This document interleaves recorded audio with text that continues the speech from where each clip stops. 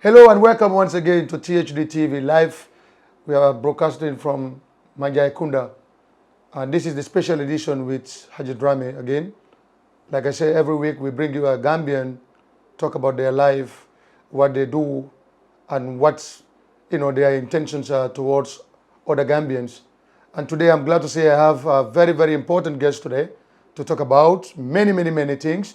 But before we go any further, like I always say, this is your baby TV in town. So the only thing you need to do, subscribe, like that button, and also, give us your comment, send us your comment, tell us what you feel, how you want us to improve on our programs. We are here for you. Like I always said, this is made in the Gambia, and we support made in the Gambia. So before I go any further, I want to thank my brother sincerely, the brand ambassador or the ambassador for this brand, that's Tinker Brain. You see how I look like today? I just look like a 14-year-old boy, man. Yeah? They just do this for me. So if you want to see, the best of this kind of, dress, just go to Bundun, or you contact the man behind the, this movement, who is Tinker Brain. He will do things for you that you can't imagine. So before, now back to the show, and once again, welcome to THD TV. Like I said, we have a special guest, today, who is Binta Jaju. Binta is a young, vibrant Gambian, and is currently the queen of the, recent, concluded NAYCOF. So that's why I say we have a big guest here. Binta, welcome to THD TV. Thank you so much for having me, Haji. I am so much glad to be here today. Well, amazing, what a best way to go into the weekend talking to a queen, who, just won, through a very, heavy and hectic competition. But before you go up to that, followers of THD will want to know who is Binta, Myself, I'm curious because I want to know who is Binta. After I go through your background, I realize that you are a young woman with a lot of ambition, somebody who wants to break barriers. Right. So today we're going to talk about those barriers that you want to break. Okay, hello wonderful viewers. My name is Miss Binta Jaju and I am the Queen of NAYCOF 2022. And I am a 22-year-old young vibrant lady, as he rightly mentioned. And I am currently in my final year at the University of the Gambia studying journalism and digital media. And I'm also the founder of Association for All Inclusive Development. So yeah, I'll stop. Yes, like I said, there are many things that, we're going to talk about. But first thing, 2022 has been an amazing year for you. Right. And, you're also the queen of the 2022 NAYCOF and 22 years old. That is just amazing. But let's talk about, the beginning of Binta, because after going through your profile, I realized that, you've passed through some great moments, before reaching where you are. So can you tell the viewers, who are we talking about? Well, okay. Like I said, I am Binta Jaju, and then the reason why I'm here today is all thanks to my parents for guiding me through my career and supporting me in every way that they can. And yes, I am someone that loves pageantry. I am someone that always go for the things that I want.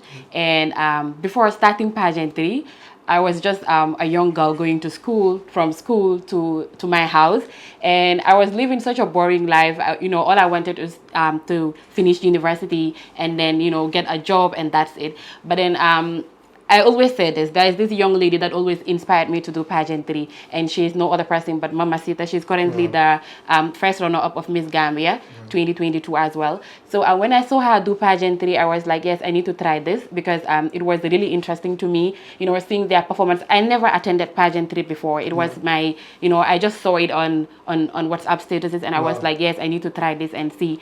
So my first pageant was Miss Tourism Gambia 2021, where I became second runner-up. The Imid promotion. Exactly.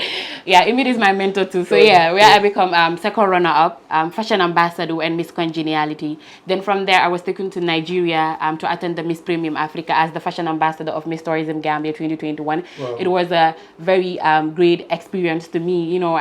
From there, I became so much in love with pageantry. I said, yes, this is what I want to do. Like, I see myself doing it more often, even though it wasn't my dream, it wasn't part of me before. But when I entered the industry, I was like, yes, I need to do this.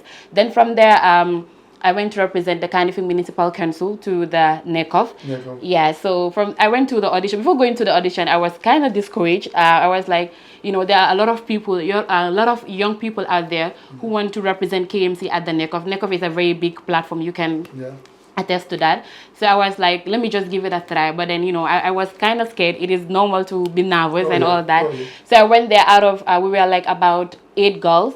And, I was chosen to represent the Cardiff Municipal Council. Then from there, I became, the queen of NAYCOF. I am so much grateful that I am here today. Yeah, you talk about nervous, of course, at this age, your first attempt was successful and you were sent to Nigeria. That, that is an international appearance. Right. Can you explain to us how was that for you, going to a stage where it's not the Gambia, but you're going to meet perhaps people who has that better idea or better experience than you do? It was really tough because Miss Tourism Gambia was my first pageant, and then from my first pageant going straight to an international stage, it was really tough. And then I didn't have the support that I needed before going to represent the Gambia, because pageantry in the Gambia is really underrated, because you won't have the support that you need. You'll have to go and represent your country, but you need to struggle. Some of them will remove their money from their pocket to invest in the competition, because pageantry is very expensive. It's very, very expensive, from the clothes that you will need, and it's not easy. So it was really tough. I missed a lot before going to Nigeria, because the competition was a month, like a whole month, or let's say 2 weeks. It was 2 weeks. So we did a lot of activities, from the debate to cooking competition. A whole lot of things were happening in-house. So I didn't get to attend. I attended I went to Nigeria. That was like a week before the competition, and a whole lot of things happened before I reached there. So it was really tough. I was kind of discouraged, because I was like, going there has no use, because exactly. But I was like, it will be a great experience for me to go there and represent my country.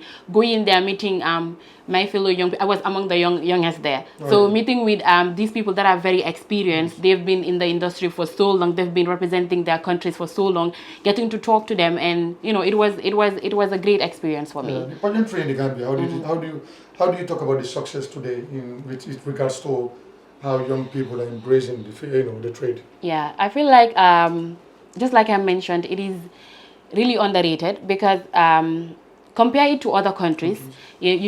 Like right now I am Miss NAYCOF, but then I have small privileges in the country. Like there's certain things. If you go to other countries, if you see their national queens, how they're living, the dreams that they, like for instance, today I have so many dreams. I have an association, but then I find it difficult to, do my own things. I have my platform, I have my projects that I need to work on, but then I have nobody to help me. It's just me and my team and the small individuals that are out there who wants to help me. But then if you go to other countries as a national queen, you have accesses to other places, like let's say ministers will be there for you. We have other individuals, big philanthropists that will support you. But it's hard in this country, because just like I said, people don't, see pageantry as anything in the Gambia here compared to other countries. I know there are a lot of challenges that you face, though, because, you have to break this big taboo that is in this country, because many believe this pageantry is to expose yourself as a woman. And I'm sure your parents must have some people who want to discourage them. So do you pass through any experience? If yes, how far did you go with that?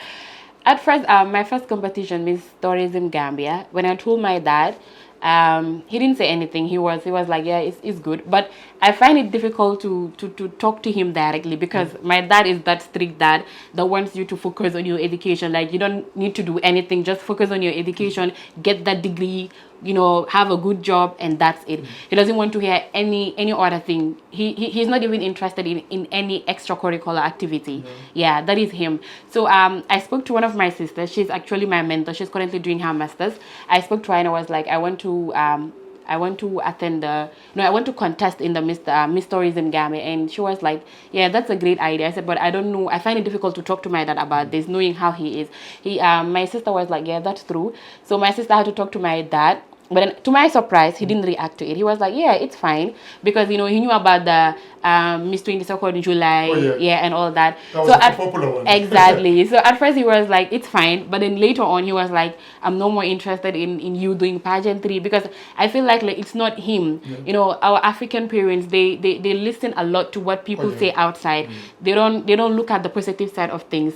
So I feel like maybe it's people out there telling him that your daughter is doing this and this and that, and this thing they're doing has no benefit. Maybe they're just out there, exposing their body, which is against our religion, Islam, and all that. So I am still finding it difficult. Even going to NAYCOF, I had to speak to the councillor, of Talinding. So they had to call my dad and tell my dad, okay, your daughter is selected to represent KMC at the NAYCOF. So for him to agree, because we were also camping, so I didn't spoke to him like personally.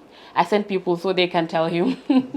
Mentally, how do you get focused? Because these are things that you go with. Right. Even though your parents allowed you to go and do the pageantry, but mentally, you have that at the back of the mind. Not everybody will support. Right. Some will still believe that you are exposing yourself. Right. So if you are to advise, or if you are to give the inner picture of it, what would you say, is the different to what they feel even need? Like, what is the difference between what people's perception is about the trade? Yes, I would say pageantry is not all about exposing your body, because especially in the Gambia, there is nothing like you wearing bikini or exposing your body. If you watch our competition, NAYCOF, most of our outfits, I won't say must, but all of our outfits were like kind of modesty, I would say, because from the the dresses, the casual wear that we did, all of the clothes were decent.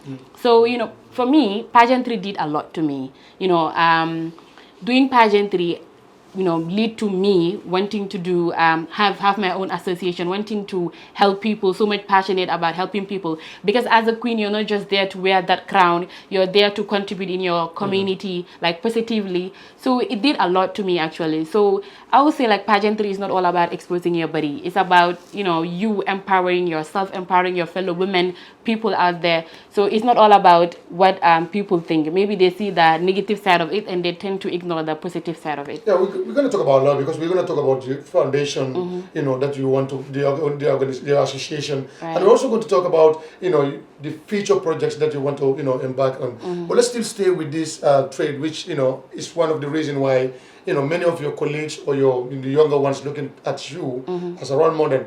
But, at your community, how are people taking the trade now? How are they seeing it? Do people come to you to say that, hey, I want to be like you because I admire how you speak on the stage, and I admire what you say, how you represent us? Are they coming to give you that compliment? Yeah, of course. I have a lot of mentees. Yeah, I have a lot of them that do pageantry, because they say, okay, I love how you are. I love the the way you rock the stage, the confidence in you. Because just like I said, a lot of people don't expect me doing pageantry. They don't see that coming. But when they saw like me doing this, I see a lot of people be like, okay, hence Binta is doing it, I'll be able to do it too. Because public speaking was never my problem. Ever since high school, junior school, I've been doing public speaking. But then pageantry is another thing. Different. Exactly. Your judges. Exactly. So you go through a whole lot of things. You've been nervous, going through anxiety, being afraid of losing, because particularly me personally, I don't like losing. Yeah, I'm always scared. Like I'm always scared of what people will say. Be like, okay, you went to that competition.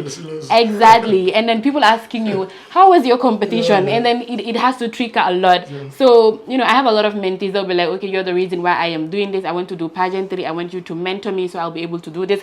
I have a lot of people that I train. I have a lot of people that I encourage to get into the industry. And thank God, a lot of my mentees are queens and kings. So, yeah, I am grateful. So even the kings, I want to do it. I don't know whether you also want to try and join the queens, the kings rather. But look at the young ones now and going on to the past, events that you've participated in. So now, what is the future targets? Because you talked about your mentor, is Miss Gambia. So do you want to go further than that one? That's it. Well, I have a lot of people encouraging me to go for Miss Gambia, because currently Miss Gambia is the only pageant as of now that I can attend, aside NAYCOF, Yeah. because I can say NAYCOF and Miss Gambia are kind of similar, because you have all 6 regions participating, and the same thing to Miss Gambia as well. So I have a lot of people that do come to me and say, yeah, you need to try and go for Miss Gambia, because we see the potentials in you, and then you can represent KMC as well. So I have a lot of people in KMC as well coming to me and saying, we don't see any other queen that can represent us as apart from you, so you need to try. I have my sisters also encouraging me to go for Miss Gambia. So I don't know, let's see what the future will hold for me. I'm not sure about that, but probably. What extra quality do you need, going further, especially to the bigger stage like Miss Gambia? Because we know they already, your region know you have the qualities to be there. But are you skeptical about something, or are you not in a hurry to go to the bigger stages yet? Well, I think now is the right time for me to go for Miss Gambia. Yeah, if I am to go for Miss Gambia, now is the right time. I don't want to be, participating next year or year after next while some of my mentees are, participating. I think now is the right time, and I'm not scared or something. I feel like it has to do with my parents as well. Them agreeing me to go to Miss Gambia, because just like I said, they are having this, thoughts in them that I should, leave the pageant industry totally. So I'm not sure. It's not me. For me, I am 100% ready, because right now I am so much hungry to go further. And in the Gambia, like I mentioned earlier on, Miss Gambia is the only pageant that I can go for. So probably they will see me there. I'm not sure. Where will you want to see this, trade go in the next few years in the Gambia? Because it's still there are a lot of things need to be done, to reach to a certain level as per to the other countries that are growing high in this thing. Yeah. What will you want to see in the few years to come? Yeah. I feel like the pageant industry needs a lot of support. If you go to other countries like the Philippines, they are known for winning pageants, and they need to support us. They need to support people doing pageantry, because if you're doing this, not only me, I have a queen, Zainab Haidara. She was the ex-queen of NAYCOF. She was the one that handed over to me. Right. She has a platform also. She helps people with mental health issues. So looking at the positive impact in pageantry, what beauty queens are doing, like, we know the government cannot do all. So us as individuals, we try and help people that are needy, people that, like, for example, me, my advocacy is to help people with people that are physically challenged. Zainab Haidara is helping people that have mental health issues, and we have other people that are helping school-going children that are in need of sponsors or whatsoever. So, all of these things, I am here and the other person is there. It contributes a lot in developing the country. So they need to help. And, for example, if someone wants to organize pageant today, they find it difficult to have the sponsors that they need. Even Miss Gambia, where Miss Gambia is today, it should have been way better. Because if we go to other countries, like, let's say, Miss Philippines or Miss Uganda, the way the competition is, the way, like, how big it is, comparing it to the Gambia is totally different. So they need to look onto that. I know the young ones have to play a lot of things to do that, to make that happen. Do you have your tentacles spread around other part of Africa? Building that relationship, trying to know how they do it, what do they put right to be able to go internationally? Right. I have friends in Namibia. I have friends in Malawi. I have friends in Zimbabwe. So they're all my pageant sisters. They're all my sisters in the industry. So I get to talk to them. I've been seeing them going to competitions, like the one in Namibia. She went for the Miss Namibia. Yeah. So she was part of the top 30, but that was where she was dropped. But then I was watching it. I was following their competition, and then I get to talk to them about what they're doing and the projects that they've been doing in their country. And I've been learning a lot from them as well. What is your biggest challenge being a public figure, being a celebrity at this level? Because, what the parents are scared of is the exposure. Do you have concerns about how people, follow your private life?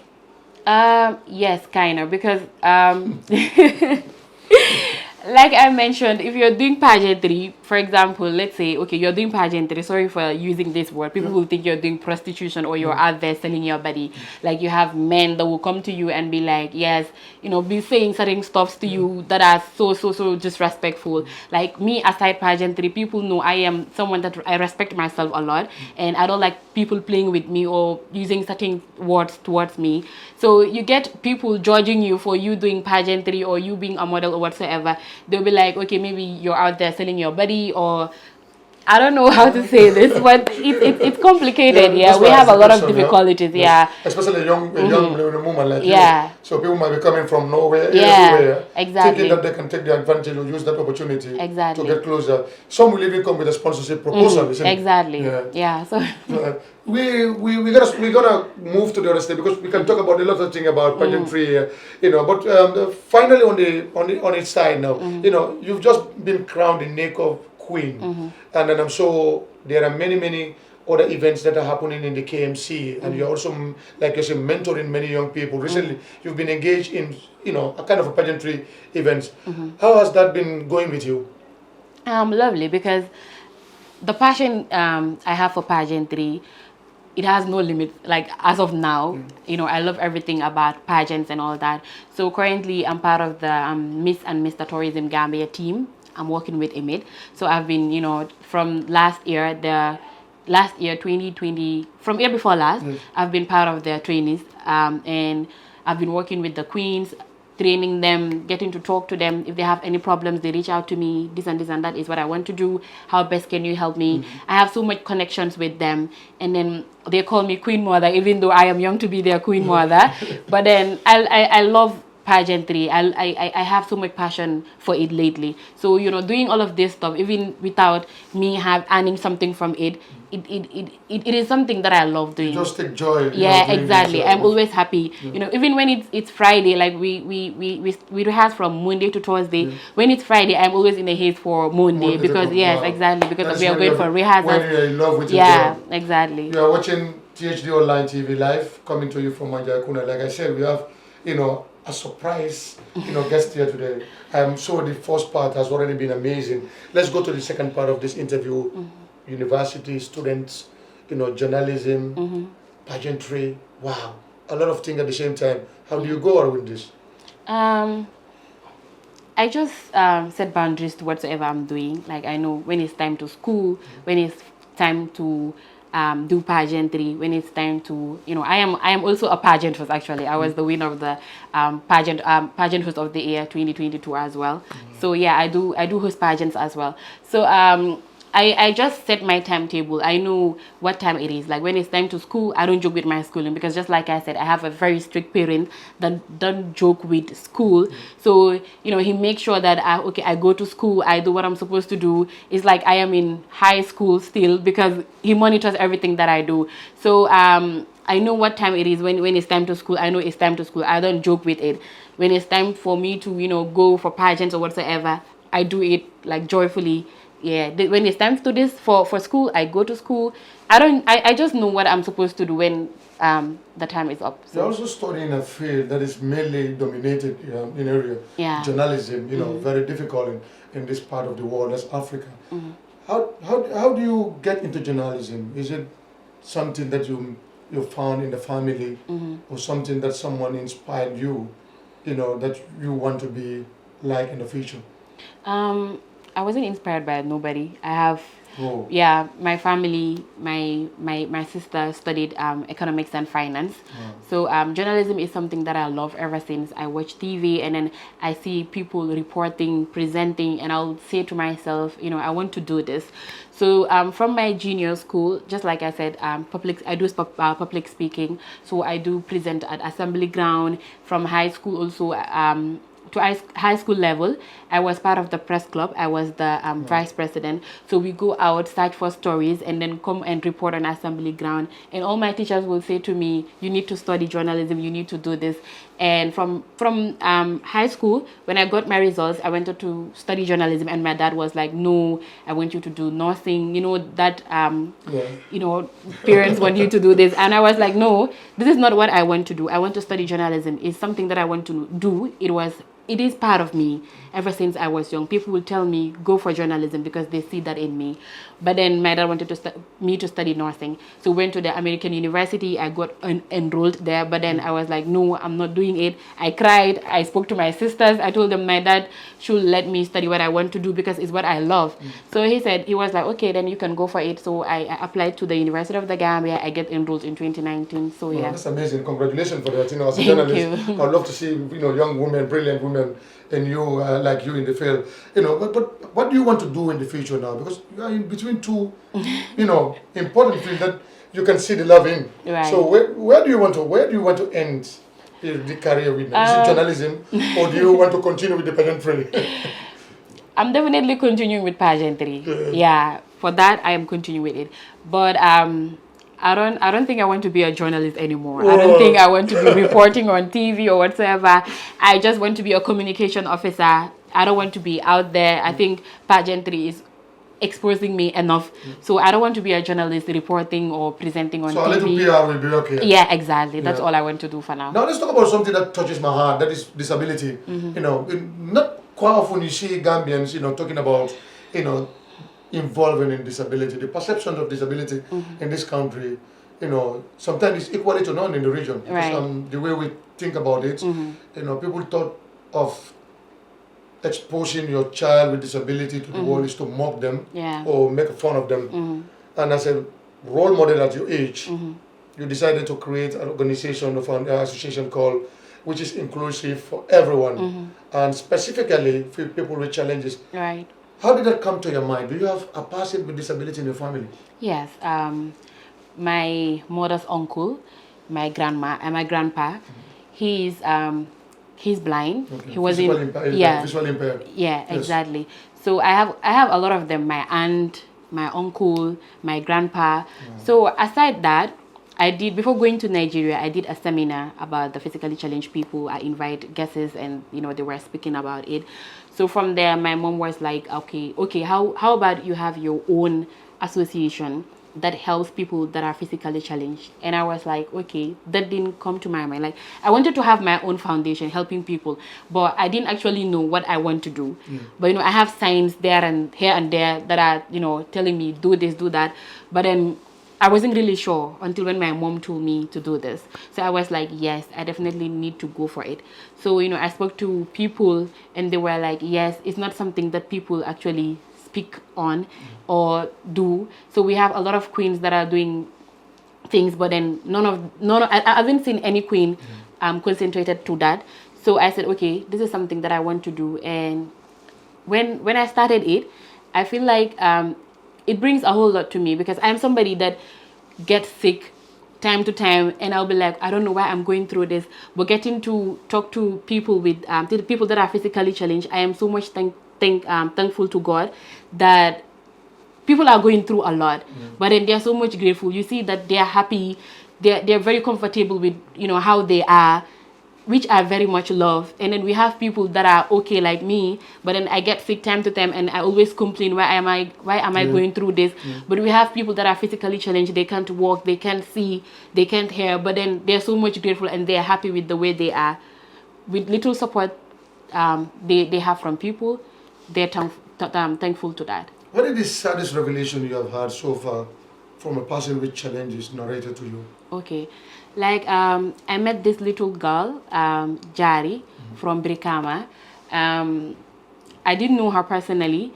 My aunt told me about her. My aunt called me and was like, we have someone here that is physically challenged, and she lost both her parents, and then she doesn't have the support that she needs. She has guidance actually, but then, you know, sometimes you will see the same clothes on her. They don't even care about her that much. So I get to talk to her. I asked her. She was like, They said she's very brilliant. I don't know her personally, but I was told she's very brilliant. And she was like, okay, I want to go back to school. I want to learn. I want to be educated like my fellow young people that are out there.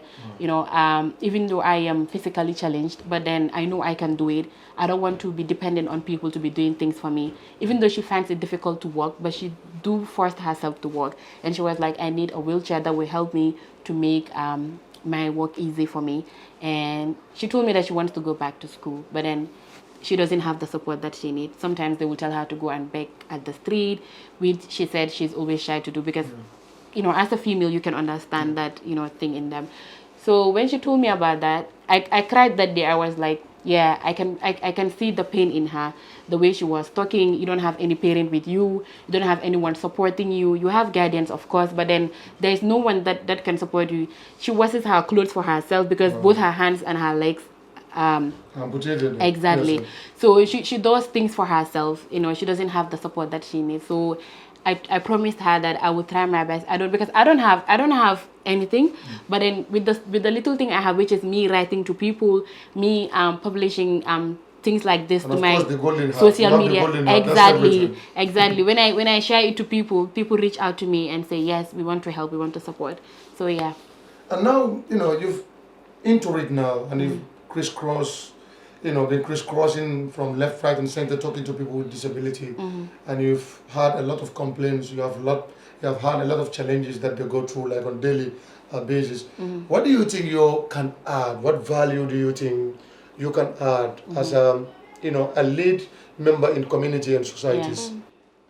Personally, I want to concentrate on school-going children that are physically challenged because, you know, I've seen a lot of young people that are physically challenged, but then they are not going to school.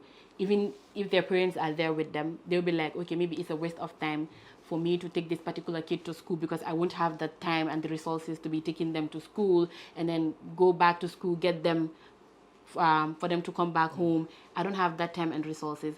They're always neglected. So I feel like people are not talking about those issues. So that is where I want to come in. I want to help school-going children that are physically challenged and are finding it difficult to go to school, maybe financially, or they don't have the support that they need from their parents or loved ones. Yes, that is where I want to focus on. Yeah, we'll be talking about disability with you, you know, in our subsequent programs, because there are a lot of programs, you know, that you have that suit, you know, our purpose in terms of the sporting disciplines and everything. But you've also reached, you know, authorities relating to your project. The project is to how to fine tune the life of people with, you know, disability, how to support them, like going to school. There are many who are sitting out there who wanted to go to school but could not go because of financially their parent didn't want them to go there. As a woman, because most of the women folks are going through that difficulties than the male folks. So are you, you know, getting into your community to see where you can support those brilliant young women with the talent to get into the public? Right. I get to talk to few people that are physically challenged. You mean the people that are physically challenged or the parents? The people that are physically Yes, challenged. I get to talk to them because right now, like I said, my association, we're just starting. So we have only few members. So I get to talk to them, you know, Some of them are went to school. So like we can set them as an example. Like for example, if we are to go to communities to visit, to talk to them about, you know, letting their young children go to school. Being disabled does not mean you're not able. Exactly. So we have someone, but then she said she has a busy schedule. But then I spoke to her. She's very interested in joining the team, and we want to set her as an example. You know, because she's very brilliant. She paints. She do a whole lot of stuff. So, you know, setting her as an example, getting her join the team would be a great pleasure to us. What pleasure do you take working with people with disability since you started? Yeah. Like I said, I'm always happy, like working with these people. Let me take you as an example. I have so much respect for you, to be honest. Like, you're so much active, you know, you're hardworking, you're a go-getter.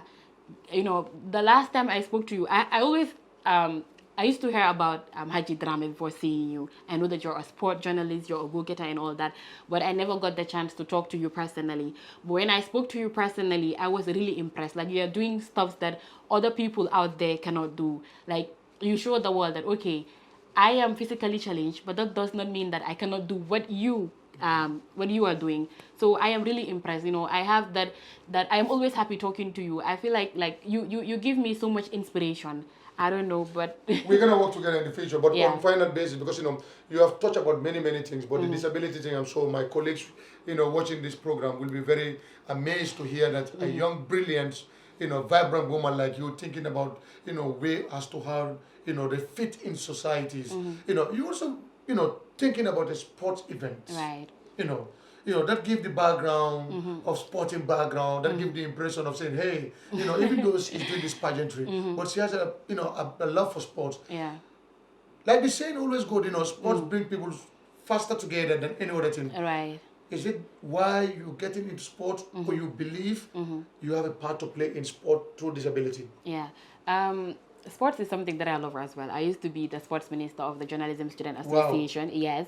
And for the first time when I was sports minister, my school was qualified to the quarterfinal. Usually we always at the group stages. Yeah. So you come with a lot of luck, eh? Yeah.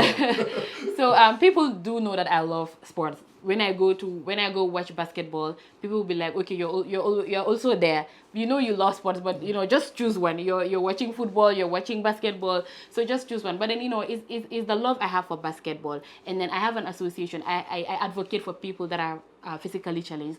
So why not organize this for them? Because I do go watch basketball. I see tournaments organized for people, but I've never seen. I'm not saying. It has never happened. It happened occasionally, not like why we want it to exactly. be. Yes. So I've never seen it before. So I said to myself, why not I do this? Because I've seen them training. I've seen like them. They're doing great. For me, they're doing better than the other people that I've seen. So why not organize this for them? Because you can see the passion, the love that they have for this, because they've been coming for training. And then I was told that it has been a while since a tournament was organized for them, but yet still they're coming for training and they're doing it. So that shows how much love and passion they have for this. So I said to myself, why not do this for them? It will help me bring people together. It will, bring happiness to them. And all I want to see is them being happy, because they are my people. I am for the physically challenged people. Fantastic. That's a good way to end it. She will be on THD TV throughout this program. Throughout this competition, we'll be talking to her. Plans are underway. As soon as we get them rolling, she will be back on THD TV, update you. She's a young Gambian, the queen of NAYCOF, the queen of West Coast region, Binti Jaju. Canifing municipality. Canifing municipality. So since your queen is here and you have had the brilliant projects and the brilliant idea, can you tell the viewers your projects? Where can they support you on social media? Where can they find you if they want to know anything about you? Yeah. So we have a Instagram page, Association for All Inclusive Development. If you just click on Instagram, you will see us. And then we have a page where we post our stuff. We have little projects that we do. We help students that are physically challenged, are in need of stuff, whether it's a wheelchair or you want to go back to school. We talk to individuals that are willing to support. And you can also reach out to me on 3916697 if you want to support my association. Thank you so much. Wow, like I said, it was never going to be a dull interview, and I'm loving it. I don't want to end it, but hey, we go with time. So that does it for this edition. Before I sign out, a very big thank to NS, fashion designer, a young Gambian, brilliant young man, doing a lot behind the scene. Have a lot of young Gambians in Bundung who he's training to become better people of this country. Go support the Gambia, like I always said. THD made in the Gambia, support made in the Gambia. Until we come your way next week, have a pleasant weekend. Bye-bye.